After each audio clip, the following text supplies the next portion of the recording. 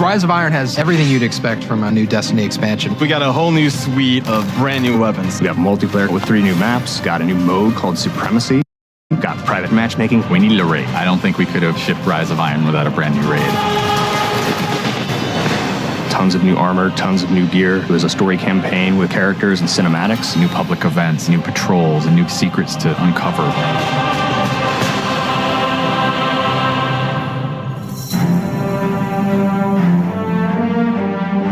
Rise of Iron is about looking at this story that's existed in the Destiny universe, this character, Lord Saladin. I am the lone sentry, and my watch is eternal. It's this journey to understand the past, what happened to these great heroes. The Iron Lords are gone, but our fight is far from over. And through that process, you're saving humanity, you're becoming an Iron Lord yourself, you're getting to wield a giant axe.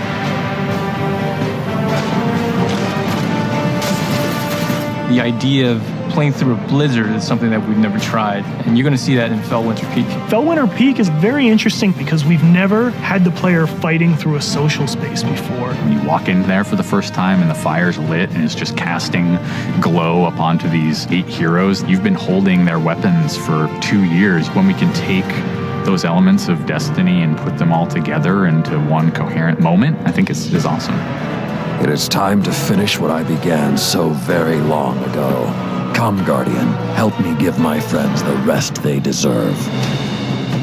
This is the Guardian's journey with Saladin. He's sending you out into kind of a land that's been forgotten in the Cosmodrome. You're going into Earth, but it's changed. It's actually expanded. You'll see the plague lands, post-apocalyptic sky, there's lava welling up from the ground. We know the Devils have been digging into the Cosmodrome for years. They've been looking for something. Well, what they found is SIVA. It is a nanotechnology that can be used to shape things, but they're not trying to use it to build. They're trying to use it to destroy. They've started mutating their bodies, turning themselves into giant monsters, transforming the landscape, even of the Cosmodrome, into this horrible, burning fortress world. Hell's loose in old Russia. Every second we stand here, SIVA's influence spreads and the Devil Splicers grow more powerful. Keep fighting, Guardian.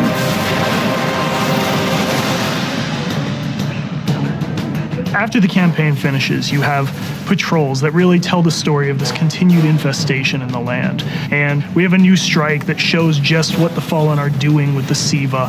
It's this spooky place called the Wretched Eye. There's this really neat boss encounter. A Fallen captain has plucked an eye out of an ogre, affixed it to his weapon, and he's using that to sort of tase you out of your rat hole while this blind ogre just walks around trying to crush you. We also have a few reprise strikes that we're bringing back for players.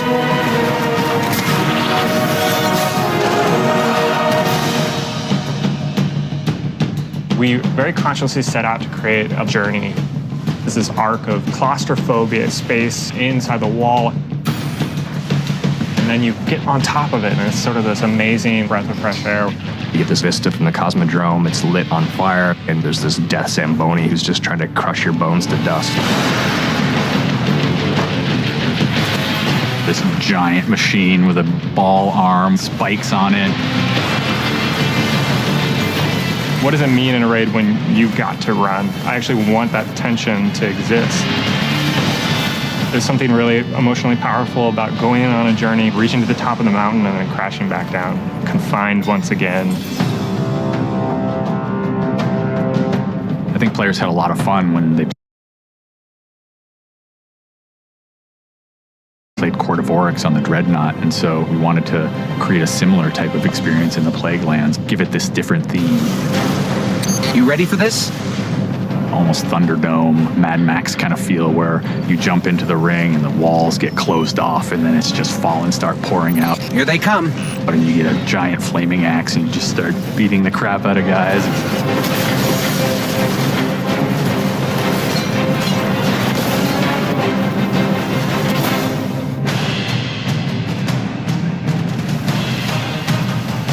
We thought, how can we increase the ways that you express the way you like to play?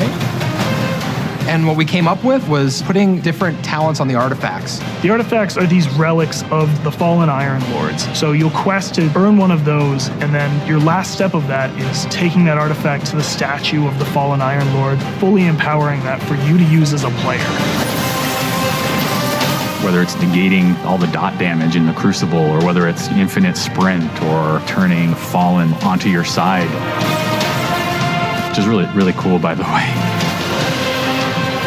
The artifacts that Tyra offers change every week. So there will always be something new and exciting for players following the campaign.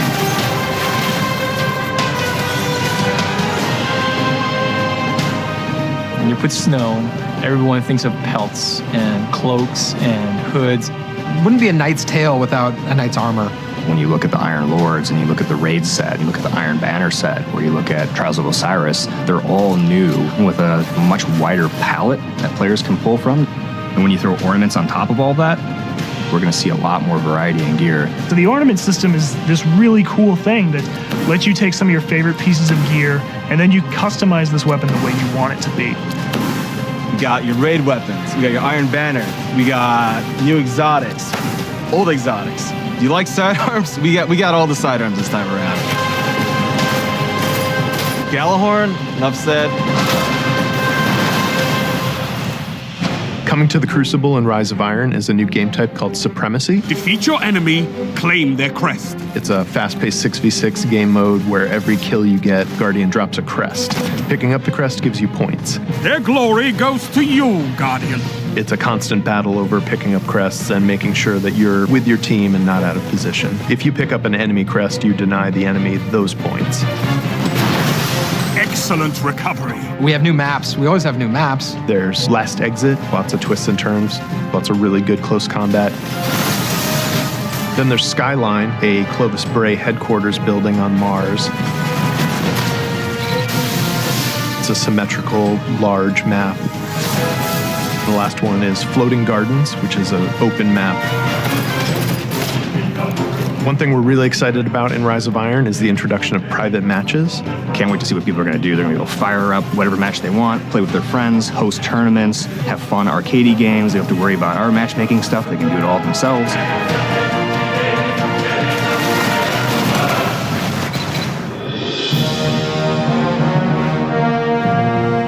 Sometimes when I play and I have headphones on and I'm in that world, I get little chills because it's not just the effects and the amazing graphics, it's the audio that helps reinforce the journey that you're going through.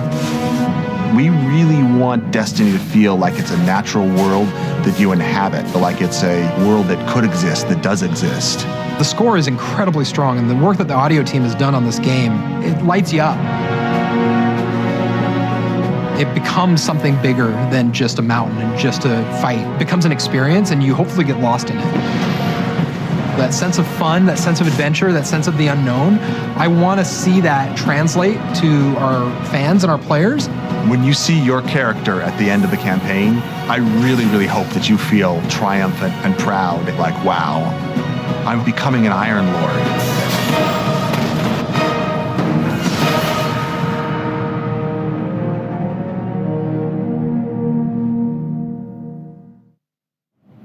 Greetings, Guardians. Welcome to the show, and welcome to our own little corner of Gamescom. We're coming to you live from Germany. I'm Deej from Bungie, and I will be the host of this live stream in which we reveal new details about Destiny: Rise of Iron. Or, as they say around these parts, Das Erwachen der Eisernen Lords. I'll get my score from Fuzzle after the show as to whether I pronounced that properly or not. So I hope you enjoyed the new Vidoc. Lots of details for any player of Destiny. Strikes, raids, a new story, rituals, and of course Crucible. Yes. Private matches. Yes, private matches. So we're going to play that Vidoc again at the end of the show. I know you want to see it again. I pick a new detail out of it every single time I watch it. A huge shout out to Jim McQuillan and the entire Fish Tank team at Bungie for putting together the perfect opening for our multimedia festivities here. So we're going to play that again at the end of the show. We're going to upload it to YouTube so that you can watch it, screenshot it, watch it again. But don't scurry off to do that just yet. Please sit tight with us right here on stream because we've got a lot more to share with you about Destiny: Rise of Iron including private matches. Private matches. I'll say to you what I said to Christopher Barrett and Scott Taylor at the original reveal. On behalf of a grateful Guardian nation, I thank you. Welcome, Deej. Thank you. You're welcome. This will change everything. So I have on the hot seat this time Lars Bakken and Steve Cotton. If you've watched our streams in the past, you know these guys. I work at Bungie because of the action these guys created, multiplayer action in former Bungie games. I've been jumping through your hoops for almost a decade now. So let's introduce you to the people in our audience who may not have gotten acquainted with you previously. Lars, talk to them about what you do at Bungie. Sure. I'm a design lead on the Crucible, and so that means all up everything there. So maps, modes, events like Trials of Osiris, Iron Banner, and also inclusive of all the new stuff, the new maps we have in Rise of Iron, Supremacy, and of course, private matches. Private matches. Yes. And Steve Cotton. How you doing, Deej? Back from the reveal stream where we That's showed right. the world the It's only a couple Galler weeks Wing. ago. Yeah, exactly. It seems like just yesterday. Actually, no, because we took a plane and 4 trains since then. 5 trains. 5 trains. 4 transfers. Well, all that matters is that we're here, we're in Germany, and we're going to meet a lot of great people from the community and talk to them all about Das Erwachen der Eisenlords. Eisenlords. I had it, and then I went for it again, and I screwed it up. Messed it up. Steve Cotton, talk to us about what you do at Bungie. So I'd like Lars. I've been at Bungie for a while. I've worked with Lars on multiplayer experiences that we've created for 12 years or so. But on Rise of Iron, I was the world design lead. Got to work with the level designers and the artists, the mission designers on crafting the worlds that you get to play in and that support the activities that we're offering in Rise of Iron. Interesting. It's an all-encompassing role. I mean, you're not only building the world that we explore in Rise of Iron, you're also working with the teams that are filling it up with action and telling the different stories. I probably should have said that. Right. Yeah, that's exactly. Yeah, I'm here to layer in all all about that the content. action. It's all about the, well, it's all about the action. It's about the places you go, the beautiful things that you see, and the nasty things team's there. amazing, so it's easy. Cool. All right. As we saw in the Vidoc, Destiny Rise of Iron will have many different aspects to entertain just about any sort of Guardian. No matter what you love about Destiny the most, Rise of Iron gives you some more of that stuff. For the rest of this live reveal, we're going to be talking about the Crucible. Yep. So give me the all up on September 20th in Rise of Iron. What am I going to see that's new in the Crucible? Sure. So we're going to have 3 new maps for everyone and 1 additional Sony exclusive map. Okay. We're going to have a brand new mode, Supremacy, which has a couple of variants. And then we're also going to have private matches. Private matches. Now, we're going to be using private matches today as part of this live stream to show you how Supremacy plays out. Before we go into that, let's pretend that it's the first Iron Banner. Okay? The game mode will be... It'll be featured in the first Iron Banner. That's something we're pretty excited to do when we first talking about what happens when the first Iron Banner comes along in Rise of Iron, and felt like it was a great Supremacy, great way to launch it. Okay, so it's the first Iron Banner. You and I are in a fire team. Yep. I haven't been paying attention. I'll cast my role. I'll cast myself in the role of somebody who hasn't been paying attention. Our ships are going down to the destination, and I say, "Hey, how do I play Supremacy?" What would you say to me? You're on the wrong fire team. No, come on. All right, I'm going to cast you in the role of the helpful person from our community that actually helps people play the game. I can do that. What would you say? So Derek just talked about it on the stream, but if you take the base of Clash, which is our team deathmatch, add an objective on top of that. So every time a Guardian dies, they drop a crest, and the only way to score points is to grab that crest. Okay. And what are the crests? I mean, what's the meaning in the world of Destiny? The crests are not just not just a representation of your class; they're a representation of your honor. So this is Shaq's favorite game mode. It's about glory. It's about taking other people's honor. And you can defend your honor by taking your own crest back before the enemy can get it. So now you said it's not just about your class. So when I look at someone's crest, I can tell if they're Hunter, Titan, or Warlock. Yeah, and I know you're gonna have a special time. I'm gonna relish picking up those. Apologies in advance, hunters. I'm gonna relish picking up those hunter crests because y'all have it coming with your golden guns hunters. And your blade dancing and your Cosmo knows what I'm talking about. All right, so you can also defend your teammates' honor. Yeah, so once the crests drop, red means, hey, go grab it, that's the enemy team. Blue means it's your teammates and you want to pick it up, which means you grabbed it, the enemy team doesn't get to pick it up for points, and you completely denied them any score. Okay. let's see how all this plays out. We have assembled in the room next door. I can see them right through this glass door right here. We have a delegation from the international community. There they are. And we have 2 teams assembled to fight for glory and honor. We have Alpha Team. And in first chair, as their team captain, we have Bungie's own Brandon Bjarnason. How you doing, Brandon? We have Lean from Zombie Factory. We have Story Machine. How you doing? We have Activision Tackle Dummy number 1. We have Corey Watson, also from Bungie. And we have Activision Tackle Dummy number 2. Now, moving over to the other side of the wall, we have Bravo Team. In the first chair, Team Captain Dave Petty from Bungie will lead them to glory if they are so able. We have Fuzzle from Destiny Reddit. We have Malika, right here from Twitch. We've got Optic, and we've got Soki, representing the Spanish community, and we have Yoda from Zombies Factory, rounding out the rosters.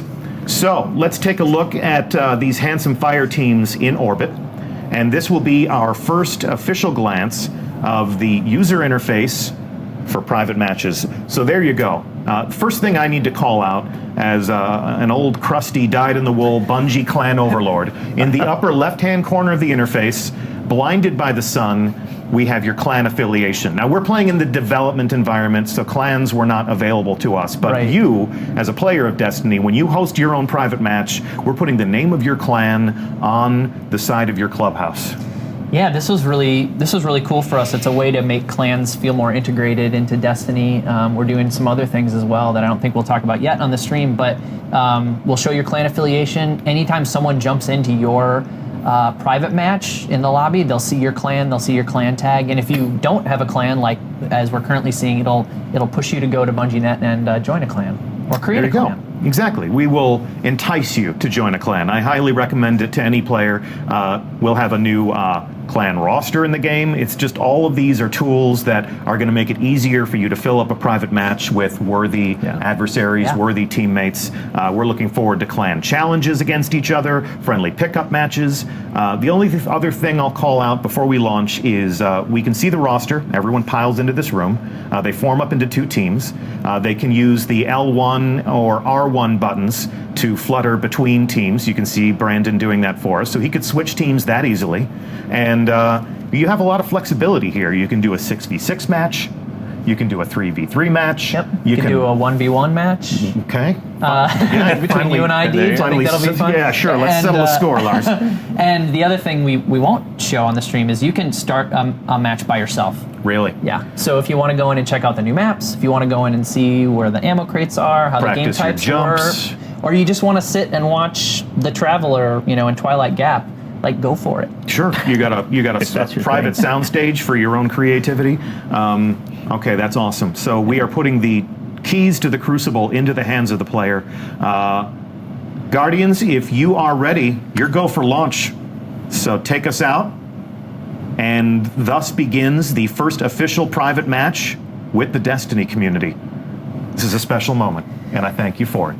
It's exciting. So as they take off here and make their way down to the destination, Steve Cotton, talk to us about the world that we're going to visit. Yeah, so this is Floating Gardens, one of the new maps in Rise of Iron. Yeah. It's a Vex map on Venus, but it actually has a really interesting history. Way back in the days of Destiny 1, when we were first making Destiny and making Venus, we had concepted a lot of different areas that we wanted to go to. One of which was called the Well of Iron, no relation to the Iron Lords. It's Well of Iron, and it's where the Vex would dump their fallen comrades into this pool of data milk. Anyway, the level designer Mike Vilterman was inspired by that idea, and what you'll see in this map is a lot of those elements. You'll see the data milk stream, you'll see the dead Vex bodies in the middle. Ceremonial statues that are reminiscent of the original Destiny adventure. It's a gorgeous map. So, and here they go, planting the flag, and our first private match with the Destiny community has begun on Floating Gardens. Talk to us a little bit about this map and what sort of whoa, and did you just come out swinging? So this is obviously a bit of a close quarters map. There's not a lot of room to get away from your opponents, so we're going to see a lot of action on this one. Brandon got really excited. Like he hasn't had competition like this yet, so this will be interesting. It's okay, Brandon. Calm down. You can do it. Yeah, tactically, this map is a symmetrical map. So those teams started on equal sides. It's a lot like Pantheon. It's a little smaller. It's a little bit bent. It's what we call in-house a 3-lane map, where we give teams 3 equal choices at the well, not equal, but 3 choices at the beginning that converge sort of closer to the middle. And what you'll find here is that in something like Control, this kind of map, you put the center control point is in the middle, and you usually fight over that in some way. But with Supremacy, you just drop. You just drop the crest. Traded, Nice. Traded and both dropped. Yeah, in Supremacy, it's more about getting to places that you know to be tactically advantageous, and places where you can not only kill the other team, but put you in a good spot to collect their crest, like he's doing here. Just collected a crest. So collecting crests is the only way to score a point in Supremacy. You're really putting the emphasis on teamwork here.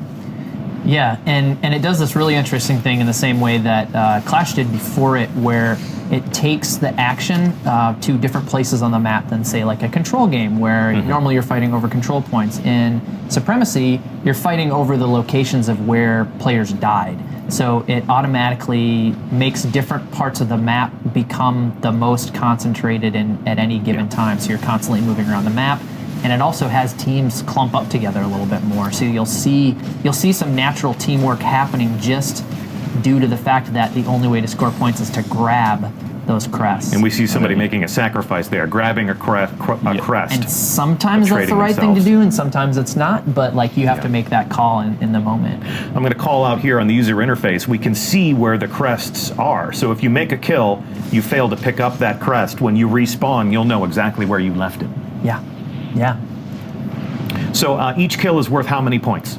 A collected crest will be worth 2 points, and we break it up that way because we want to give the person who got the kill some credit, and also the person who picked it up. So if you get a kill and pick up the crest, you're going to get both points. 2 points. Yeah. And if I make a kill and you pick up the crest for me, you'll get 1 point and I'll get another point. Okay. It's still team score. Yep. So the points go to the entire team. It's just if I get a kill and someone picks it up on my team, you feel like you were part of the whole process. So if you're the type of player that's used to saying, "Hey, bro, you stole my kill," break that habit immediately, because the I team think you'll that be happy you want that them to your collect teammates for you. like grab those crests. Yeah.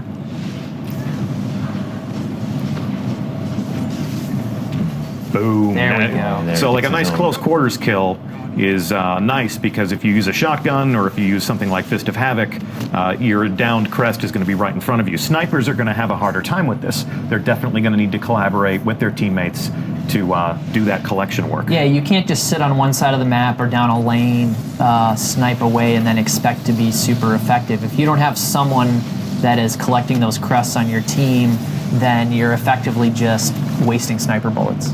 Interesting, yeah. And we can see also that the most skilled teams in this variant are going to hunt in packs. What was it we used to say? The strength of the wolf is the pack. Is the pack. Yes. So obviously you don't want to clump up too much, otherwise you become 2 or 3 free crests. But if you don't have anybody working with you to collect those things, the point for making a kill is not guaranteed. You don't just automatically get the point for making the kill. Someone actually has to pick up that crest for either of those points to get scored, correct? Yes. And there we go. Gallarhorn. Wolfpack rounds ride again. Woo. Boom, boom. That was close quarters. That was dangerous. And the Stormcaller has something to say about all of that. Yeah, the guys in my clan call that the Storm Chaser, because as soon as you hear that, it's like, run, run, run, run, run, and that's what he does. He chases you. He or she, of course. So this is a smaller map. It's a symmetrical map. A lot of shotguns on this map, a lot of close quarters fighting on this map. What else do you hope will happen as you design a space like this? What's the full governing philosophy behind the 3 lanes of traffic? Well, you hope that the 3 lanes have like different experiences down each of them, right? So when you're making a choice, you kind of know what type of fight you want to get into. I mean, the shotguns are definitely going to be pervasive over here on the right, more enclosed areas. But on that outer edge where it's a little longer sight lines, I think you want longer distance fights. I mean, it's in Supremacy, the way it plays out. I think you have somebody supporting somebody else with longer range weapons, most likely. But you hope that. Oh, nice. There we go. You hope that stuff happens. Oh, denied. Couldn't get to the crest in time, but ended up taking out that guy anyways. Nice. Good work. Oh. So when you think of your favorite Destiny maps, there's always a portion of the map that's kind of the hot zone. You know, when you look at the heat maps, that's where most of the kills get made. Where do you think is going to be the sweet spot for a team to control here on Floating Gardens? On Floating Gardens, I mean, the 50-yard line's pretty popular, right? I mean, and where's that? That is right down. It's easy to figure out once you see it, but it's this Vex data milk river right down the middle of this map. So, and then there's a couple of different interesting spaces along that axis. They're fighting here right now. He's on it. And so you want to command that area. That would be where all the crest indicators are on the map. That's not a surprise.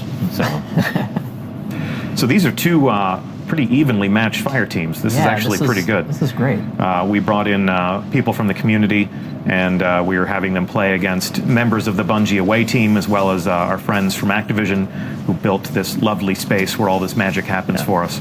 And we're, there's when the guys on the Activision team saw who was coming in to fight from the community, they're like, "Optic? What are you doing to me, man?" It's like, hey, we got some hitters on your team. Don't worry about it. Brandon's got game. He's probably one of the most skilled Bungie employees in the studio, in which case we're definitely going to form up our own Bungie team and get in on some of this private matches action. Nice. All right. Yeah, that was a close match. Close match. The team that we were spectating lost. And there you have it. Our first private match with the players in our community. We're going to play one more private match. I'm going to give them a moment to collect themselves, to return to orbit. Brandon's backstage, sort of fanning the flames of a game well played. We salute you. And whether your honor was collected or not, every Guardian is a hero of honor. So please don't take it hard. But we have more gameplay to enjoy. So we're here in orbit. Once again, greeted by the user interface that you would use to set up your own private match. So, Brandon, if you could, let's take them through the game options. We're going to continue to play Supremacy, but if we take a look at the game types, we have 3 pages of game types here. You're essentially giving them access to every single combat scenario that you've shipped with Destiny. Yeah, we tried to be. It was important for us to bring those modes in, especially the modes that maybe we're just weekly rotators in the past, some Inferno modes. So if it's not up for you that week, there's still the possibility that you can play. Mayhem is always popular. Mayhem as well. Like people are always asking for a Mayhem Iron Banner, and I say, oh God, the horrors! I do not want to read those tweets, but they could recreate that for themselves. They could. Yes, absolutely. Okay. So all the game modes there, and then so you pick your combat scenario, then you pick your map. We've shipped a lot of Destiny maps across all the different expansions. Around 30. Dark maps Below, House of Wolves, Taken King, now Rise of Iron. So they're all in here, so we can page through almost 30 maps, up to 30 maps. You're going to see maps in here you haven't seen for a while. Yep, including Skyline, which is a map they've never seen. Yeah, it's a map they've never seen. I was going to say, Deej. Right, so including never that seen one. that. For the sake of illustration purposes, go ahead and pick First Light. Now watch what happens to the interface. As you can see, we added a couple of options there. Some maps are outside, so we can play with time of day. Some maps are big enough to accommodate vehicles. Right. So talk to me about time of day. I mean, is that just a style choice, or does that actually impact gameplay? It can change gameplay. Yeah. It can change tactically how you play. And in Destiny, we do have time of day as an option in the maps. And normally in matchmaking, it's just a randomized choice. Yeah. So sometimes you'll get a map at night, sometimes you'll get it midday, sometimes you'll get it in the morning. Yeah. And it was a cool option to give players because it does feel different. Rusted Lands feels different when you're playing at night. Yeah. even if you're going in there and screenshotting. Yeah. You know, It'll we be used to fun. take pictures of maps all the time and share them with the people in our clan. This is where you stand when we tell you where you're supposed to snipe, you know, so if you need better lighting conditions for those sorts of things, or if you just want to create the right mood, if you're, you know, waging your own tournament on a given theme. And then vehicles, near and dear to my own personal heart. You know, we've talked about the fact that Sparrow Racing League is coming back. It's some of the best fun I've had playing Destiny, and I am really looking forward to seeing who in the community uses this vehicle setting creatively. I've heard tell that there's been a little bit of fun in the playtest labs. Well, we had a take-home test a couple weeks ago, and someone's like, hey, why don't we play 6v6 elimination on Bastion at night with vehicles, and we did, and it was awesome. I mean, it was so crazy, but it was super fun, and so that was just a glimpse of what we think the community will be, you know, toying around with. Well, and with their creativity, Destiny can be things that it never was previously. So we're certainly looking forward to that. So Brandon, take us back up the menu chain there a little bit. We've chosen our map. Actually, we haven't chosen our map. We're not going to play. Choose one. Yeah, where are we going next? We're going to Icarus. Icarus. There we go. So we'll go to Icarus. This is a smaller map, so the considerations about vehicles drop away. We'll take a look at our score limit. You can design your own duration of play. This can be a long match. This can be a short match. And then there is, of course, the time limit. Brandon's pretty optimistic with the score. I know. Yeah. So for our purposes, we wanted these to be 7-minute matches. Yeah. That way we guarantee that the match ends in a timely fashion, but we didn't want it to end sooner, so we pushed out the kill count way out. So that's our logic in creating this private match. Perhaps you'll make different decisions as you start to set up your own private matches. With that, I think we look good, yeah? Is that what we want? Yeah, that looks good. Supremacy on Icarus, score and time. And then finally, we haven't talked about light level. If you're playing with a friend of yours and you're both max light and you want a 1v1 and you want to, you know, you got something to prove, you want to settle some scores, go ahead and turn your light on. That makes this like Trials of Osiris or Iron Banner, where your light score plays a factor in the combat. If you want to turn that off, you want to enjoy your favorite year one weapons again, you want to host your throwback night tournament, you can just disable that stuff. That's what we're doing right now. This is the match that we want to fight, so you can dismiss your options. And once again, we're go for launch. Everyone ready? It's all yours. Take us out. So Icarus, Steve Cotton. All right, Icarus. Yeah. Where are we going? Icarus is it's a Warmind solar collector on Mercury. Okay. Again, the level designers, where they come up. This is a really fascinating story about where they come up with their inspiration, but. They were fascinated by real world technology, these power towers, these heliostat sort of thermal like collectors that exist on Earth. They heat molten salt up to like 1,500 degrees. It's crazy. So what better place to collect solar energy than Mercury? And it's certainly closer. Yeah, it's a little. It's probably. But they and they put it in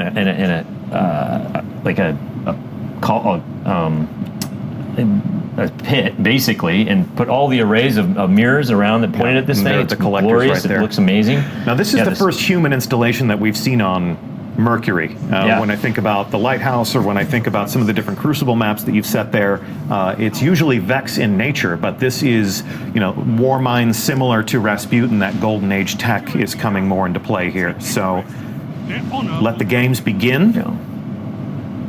This is round 2 of Supremacy, and as the match plays out, talk to us a little bit about how the environment is impacting the gameplay. Looks like we've got our first blood right there.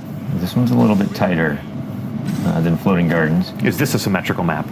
This is a radial map. A radial map? Or like you say round. A round circular nature. No, it's a radial map. It's the interiors. It's a lot like Anomaly, but the exteriors are much more open. Again, this gorgeous skybox that the artists have created. Must be a war mine thing. I mean, Anomaly is also a circular map, so the war mines, they think in a circular fashion. All right, picking up those crests, putting points on the board. Nice. Yeah, running the table, sliding into the crest. You get style points for that? No, you don't, but you should. But you should. sure feel cool doing it. Like so that was great. That was a denial right there. Yeah. So that could have been a crest. double kill. Instead,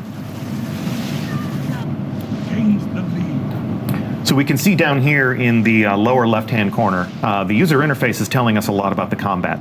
We can see Bravo team seizing quests. I want to say quests so bad. Crests. They're seizing the crests. So this just gives you an idea as to who's running the table, who's leading the match. Yeah, there's a couple things going on there too. We have audio cues for taking crests and denying crests. So not only are you seeing it in the kill feed down there, but you're also hearing it as well. So we want to have multiple ways that information is conveyed. Our chat room is also observing the fact that there are new medals, which is yes. I really meant to keep a sharper eye on chat to see how they were enjoying the fun, but amidst all the excitement, I forgot to look down. So hey chat, sorry about that. Lazy Summerstone, you called it. New medals 3 hours sleep in Supremacy. 3 hours sleep, 1 airplane, 4 trains. Oh. I did see that right there. 5 that guy's trains got 5 trains. Yeah, I just saw it. So should we talk about artifacts? We should talk about artifacts because I just saw that. I did too. So this is Brandon, right? He's playing. He's running. Yeah, he's running the hand cannon. Yeah, so he's got the artifact Memory of Perun equipped, which highlights enemies. The ones that are low on health, it highlights red, and the ones that are full on super, it highlights yellow. So you can see if somebody's about to unleash a super. You can see if they're charged. Yeah, the time you have to react is it's going to look really small. You get used to it though, and it's very helpful in making just quick knee-jerk decisions. There you go. Right? That was nice. He was low on health, and then he was dead. That's wicked. And all good things must come to an end. Yeah. So if somebody has a red glow, that's a visual cue for what the community would refer to as absolute. You know, this person has taken damage. They might not be absolute, but they'll be close. So their health is getting pretty low once they start. We also just saw a tiny glimpse of one of the other artifacts as well. Did you see that? That was that Stormcaller's not going to be happy. What was that? Yeah, they were just activating the super and got gunned down in their prime like a Stormcaller dog in the streets. These matches are really close. Fistful of crests. Fistful of crests. Again. Yeah, so this dead orbit shotgun's doing a little bit of work. So we took a look at one of the artifacts, these new tributes to the Iron Lords, the things that change the way you play. Let's take a look at Dave Petty's viewpoint and see which artifact he's using. Right, so he's got Memory of Galeon, so which enhances your tracker. Basically gives you third eye on your primary, so it stays up all the time, and also gives you more granularity in the pie wedges, so you have more accuracy. Okay, so give you extra information too, like ammo location. And you can see all the ammo and the objectives show up. And we'll wait for him to aim down sights, and there you go. The radar stays. That'll be awfully handy. Now there is one artifact where where you can take control of another enemy's mind.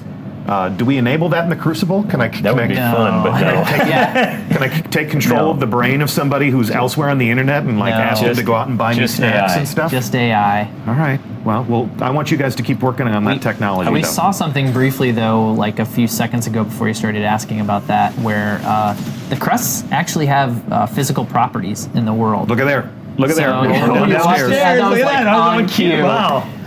They're so when they get killed, they move around. You can fire a rocket near it, a grenade. Like you'll see it move downstairs, ramps, and it's not a lot. It's pretty light, and we worked on it for a long time to make sure it didn't affect it so much as to be annoying. But it's there, and it adds an extra layer of interest to the game. Yeah, it really does. So Lars, Stormborn52 just tuned into the stream, and he wants to know if Rise of Iron has private matches. Do you have an official comment on that? Look at your Stormborn. I'm happy to say that yes. Private match is confirmed. We're actually playing one right now. It does say private test build up in the corner. That's just, that's our development environment. But private matches are confirmed in Destiny. Choose your combat mode. choose your map, choose your time of day, choose whether or not you want vehicles. And right now they're enjoying a little bit of Supremacy, which is our brand new game mode, which is why you see this combatant picking up those crests. You left a hunter crest right there on the ground. And someone just took a. Oh well. Sorry, Deej. These games are close. Yeah, these are some nail biters. These are some close matches. That's exactly what we want. It's good. And all we're fighting for today is a little bit of honor, a little bit of bragging rights, a little bit of stream hype, perhaps. Nice. So when you collect a blue crest is friendly quest. You sort of used the GI Joe laser color palette here. Yeah, well, we wanted to go simple. Yeah. And when you grab a blue one, you're actually denying the enemy team points. So depriving the enemy. Basically, the simple thing to do, remember in this mode, is if you see a crest, grab it. Sure, right. Yeah. No matter the color. And then you gave us different colors for the crests so we could at least understand how the battle is progressing. Correct. Unlike those grenades where you never know if you're going to run through an enemy fog or a friendly fog. Look at that super showdown, and the hammers win. Got a few more hammers. There you go. You have redeemed yourself. Your team has won. Good games to all. Good games to all. Thanks so much to our community combatants for putting on a good show today. The first 2 private matches in the history of our community have played out, and exciting. We've got nothing else to play. We're going to save the other 2 maps. We're going to hold those in reserve. Actually, I believe our friends at Game Informer played on the other 2 maps, and they've been kind enough to hold those cards close to the vest, and they're going to kick off what I understand to be a week of Crucible coverage after this stream. So if you want to know more about Supremacy, if you want to see the other 2 maps, and behold their beauty and the new geometry, keep an eye on Game Informer. Apparently, they're going to let slip with those details all week long. So let's summarize what we have learned, or rather what we have taught and what they have learned about the Crucible. When Rise of Iron comes out, I get how many maps? Everyone gets 3 maps, and there's a Sony exclusive as well. Supremacy is exclusive to Rise of Iron. Yes. Okay. It's a new mode that you're shipping with this new adventure. Yep. So if you want to play Supremacy, get yourself some Rise of Iron. However, if you want to enjoy a private match, who can play private matches? Anyone that has a PS4 or Xbox One version of Destiny has access to private matches. So I got a Destiny 1 disc.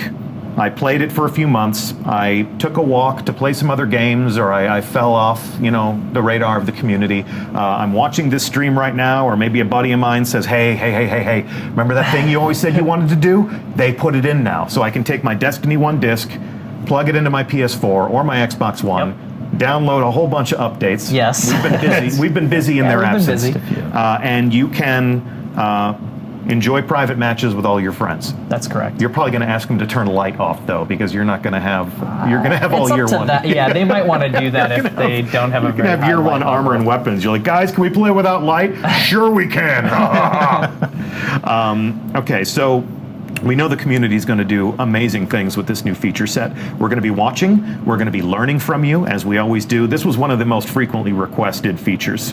So I couldn't be more thrilled that you've taken it and put it into the game. And this was part of the Rise of Iron development cycle. Rise of Iron heralds the arrival of this new feature, but we're going to make it available to all players on current generation PS4, Xbox One. We know that you're going to have a lot of questions about how all of this works and what all of this means to the game that you love to play with your friends. So our friends on the Destiny player support team are going to hook you up with some answers. If you make your way to Bungie.net, there will be some support articles that are going live with a brand new blog article, essentially talking about private matches and the new game options that you can use to structure your own engagements. Some of the different clan features that are going live with Destiny Rise of Iron. Looking forward to that. Yeah, it's gonna be great. Looking forward to the tribal warfare that's going to open up between our players, hardcore communities. Looking forward to showdowns between Invigorate and Rezo and just like the whole thing. It's going to be awesome. And then, of course, if you want to plan and manage your own Destiny tournament, we have just some guidelines, basic rules and regulations for how all that can go down so that everybody in the community can have some good, safe interactions with each other and that expectations are properly set there. So that's one thing to go check out after the stream. We are now going to go into quiz show mode so that we can summarize. We're doing quiz show mode. You're on the hot seat for a reason. Putting us on the spot. Yep. So we are going to be in this studio for the rest of the week. We're going to be talking about Rise of Iron. We're going to be playing the new strike. What's the name of the new strike? The Wretched Eye. The Wretched Eye. That is absolutely That's the first correct. quiz? That's the first question. Good job. You nailed that. Need like a ding or something. Yep. So we're going to be on this couch. Go to Bungie.net to see the full schedule of all the international streamers that are going to come in here. Different personalities, different languages, different points of origin. It's going to be awesome. We're going to meet a lot of people who love and play this game and lead the community in their own right. Next question. When does Rise of Iron launch? Is that for me or him? I think you should take this Let me one. just buzz in. Oh, I just buzz? That's a great question, Deej. I'm glad you asked. Well, there you go. September 20th. All right. So Tuesday, September 20th is when we all invade the Plaguelands for the first time, and then there will be the raid. Brand new raid. When does the brand new raid launch, Lars? Friday the 23rd. Bonus question. What's it called? Wrath of the Machine. There you go. You guys are on I did fire. it! It's almost as if you guys made this game. Tiebreaker. Okay. No, all right. Tiebreaker. Actually, there is no tiebreaker. That's the end of it. But if you're watching this and if you've missed out on one of the adventures to Destiny that we've released to date, and you want to play some catch-up, we have some different ways for you to do that. You may have seen a trailer for Destiny: The Collection. That's your catch-up bundle. It's all of the adventures that we have ever released in Destiny to date, including Rise of Iron, everything up to that point, Destiny, Dark Below, House of Wolves, Taken King, and Rise of Iron. If you're looking forward to investing deeply in the private matches, it's good to get all those maps into your inventory, or perhaps you just want to play and catch up and see what we've been up to while you've been away. If you don't want to play catch up, but you feel like your Guardian isn't combat ready, there's going to be a character boost so that you are ready for action, ready to run into the Plaguelands as soon as Lord Saladin says go. What else do we have? We have, as part of the Destiny The Collection, we have a digital upgrade path. So if you are one of our friends on a legacy console, mean to say a PS3 or an Xbox 360, if you own the Taken King on that system and you get yourself a shiny new PS4 or Xbox One, open up the digital marketplace on your new console, go to the PSN store, go to the Xbox Live Marketplace, you'll be able to buy Destiny The Collection at a discount. It'll detect that you have the Taken King, and it'll allow you to pick it up for $40. So we hope that makes it a little bit easier for you to continue your adventure with us. Wouldn't be the same without you. And this game is nothing without its community. I'm sure you agree. Agreed. Because you do great things for them. You do great things for them, fellas. So again, that's not all that we have planned. We put so much effort into building this lovely set, so we're going to get a lot of mileage out of it. There are going to be other people to come here and hang out with us. Looking forward to a lot of people from the community to come and tell us in their own words what they think of the Wretched Eye strike and who knows what else. Thanks for watching. Thank you, gentlemen, for taking 5 trains to be with us here in Cologne and to show us everything that you've been working on. Thank you to our guest community combatants in the next room. You guys were awesome. And we thank you for watching. I already said that, but I'll say it again. So this is the end of our stream. It's time to fan out onto the internet and get yourself some more details. You can watch that Vidoc on YouTube. We're about to play it for you again right here. You can check out what Game Informer is saying about the Crucible, and it may well be that one of your favorite YouTubers was invited to our studio a couple of weeks ago to play these things for themselves. So their embargo should be lifting soon, but just check it out. If you follow the right people on Twitter, you'll see a lot of links to new information. I am Deej from Bungie. This has been Lars Bakken. Hello. This is still Steve Cotton. And it's been our pleasure to host you on stream. Stay tuned to our channel all week long, and very soon we'll see you atop Fellwinter Peak. Thank you for watching.